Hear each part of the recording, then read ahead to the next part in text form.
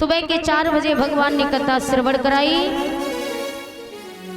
मैया पार्वती भोले बाबा जब बुलाते हैं तो मैया सो रही थी। बाबा ने कहा पार्वती जब तुम सो रही थी तो हुंकारा कौन दे रहा था? मैया ने कहा बाबा मुझे नहीं पता, तुम्हें नहीं पता? तो बाबा ने अंतर ध्यान करके देखा, हुंकारे की आवाज तोती के अंडे से आ रही थी। उसी समय अंडा फूट जाता है, अंडे से बच्चा निकला, उसके पर निकल आए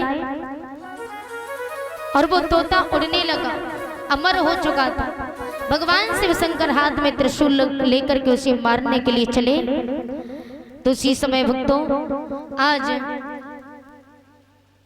व्यास जी की पत्नी छत पर खड़े होकर के स्नान ध्यान क्रिया से निवृत्त होकर के अपने केशों को सुखा रही थी। उन्हें जैसे ही जमुई आई तो जमुई में उन्होंने अपना मुंह फाड़ा, वहीं तोता भिनके का रूप धारण करके मैया के मुखार बिंद द्वारा गर्भ में प्रवेश हो जाता है। बोले गोविंद भगवान की। भगवान शिव शंकर कहने लगे व्यास जी, हरि ओम व्यास जी, आपके घर में मेरा चोर घुस आया है, जरा उसे पकड़ के लाओ। अब व्यास जी ने पूरा घर छान लिया। बोले बाबा मेरे घर में आपका कोई चोर वोर नहीं, बोले आपकी पत्नी के गर्भ में है।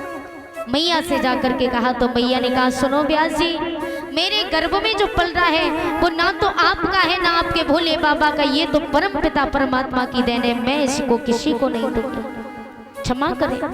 बाबा ने कहा मैं भी देखता हूँ कब तक गर्भ नहीं छोड़ती, ज्यादा से ज्यादा 9 महीने, लेकिन यहाँ 9 महीने नहीं बल्कि पूरी की पूरी 12 वर्ष हो गई।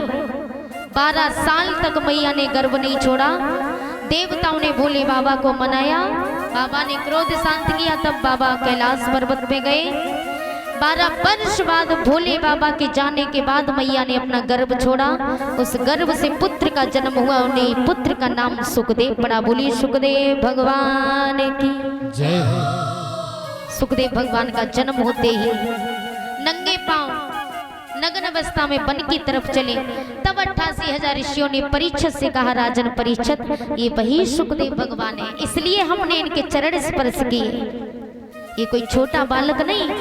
तब परीक्षित महाराज सुखदेव भगवान के चरणों में गिरे और कहा प्रभु हमें क्षमा कर दो, हमसे बहुत बड़ी भूल हो गई है।